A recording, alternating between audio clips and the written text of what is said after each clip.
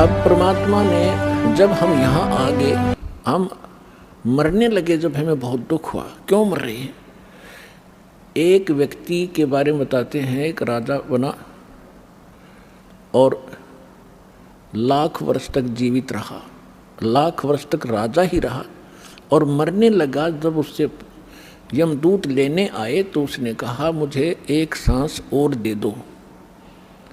यमदूतों ने कहा कि खबरदार, एक सांस भी लिया। उसने कहा तुम मेरी सारी पृथ्वी ले लो, मुझे कुछ जीवन दान दे दो। उन्होंने कहा कि हम ये नहीं कर सकते, तेरा समय आ गया, तू चल। तो हम मरना क्यों नहीं चाहते? हम अपने आप को वृद्ध भी देखना नहीं चाहते। आप देखते हो आजकल कितनी बकवादें चल गई हैं। ये बूढ़े बूढ़े हीरो 70-70 साल के मेकअप करवा के, सर्जरी करवा के, इन हड्डों पर कितने दिन सर्जरी कराओगे? फिर यह सर्जरी शमशान घाट पर होगी थारी। फिर कराइयो के सर्जरी कराओगे, गधे कुत्ते बन कैसे बूढ़े मुँह लगेंगे तुम्हारे। तो इस तरफ ना ध्यान जाता कि हम यहाँ कहाँ रह रहे हैं, क्या की सर्जरी करवा रहे हैं। तो हम न तो वृद्धावस्था पसंद करते, यह भी गलत है।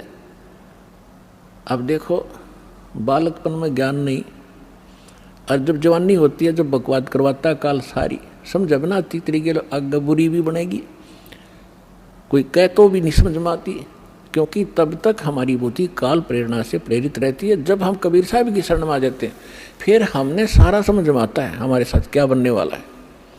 फिर हम डरते हैं, जो विकल्प भगवान ने बताया वो करते हैं।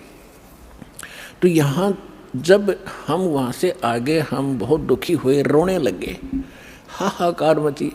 एक व्यक्ति मर जाता, सारा परिवार रिश्तेदार तक टक्कर मारने लग जाते। ऐसा क्यों हो रहा है?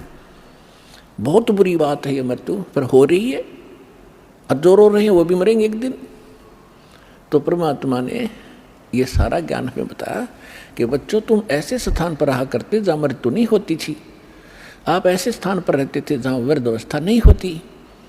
वहाँ ये स्नायु वाली, नाड़ी वाला तंत्र से बना हुआ बॉडी नहीं है। आपका एक तत्व से, नूरी तत्व से बनेगा और उसके अंदर सब ऑटोमेटिक सिस्टम होगा। आप वहाँ रहते थे, आप वृद्ध नहीं होते थे, आपकी मृत्यु नहीं होती थी। इसलिए हमने ये अखरता है, ये दोनों चीज़, और दोनों कंपल्सरी यहाँ पर। इसके लिए मालिक ने धर्मदास जी के पूछने पर बताया। जैसे आज दिन में प्रकरण चला था, तो धर्मदास जी तो आंखों देख कर आए भगवान को,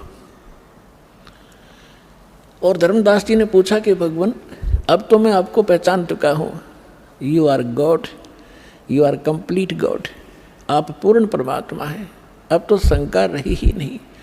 तो भगवान, ये वेद और कतेब तो झूठे हैं, ये वेद भी झूठे, पुराण भी झूठी, गीता भी झूठी, और ये सब कुरान भी झूठी, बाइबल भी झूठा है।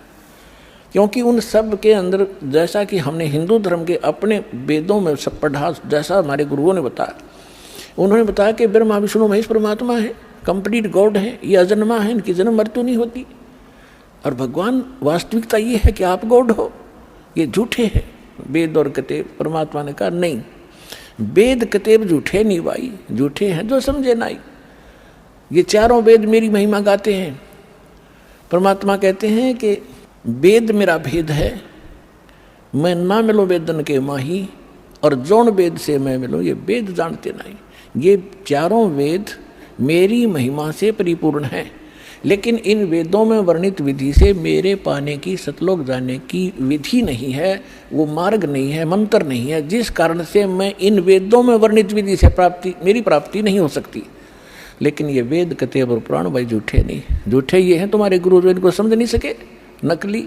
धर्मदास जी ने पूछा, प्रभु हम इतने नीच, ऐसे सुखबे सथल को, सुख सागर को छोड़कर, हम अमृत सरोवर को छोड़कर हम एक तालाब में आगे कीचड़ वाले में दाता, और ये भी सीजनल, कभी भी समाप्त हो सकता है इसका जल, यानी 21 ब्रह्मांड नाश में आएंगे। हे दाता, फिर आपने हम पर कैसे दया करी, आपने कैसे दया करी हम नीच प्राणियों पर दाता, आप कैसे आए, किस लिए, क्या कारण हुआ आपने यहाँ हमें फिर भी आने का। परमात्मा ने कहा, भाई आप मेरी आत्मा हो, चींटी से लेकर हाथी तक।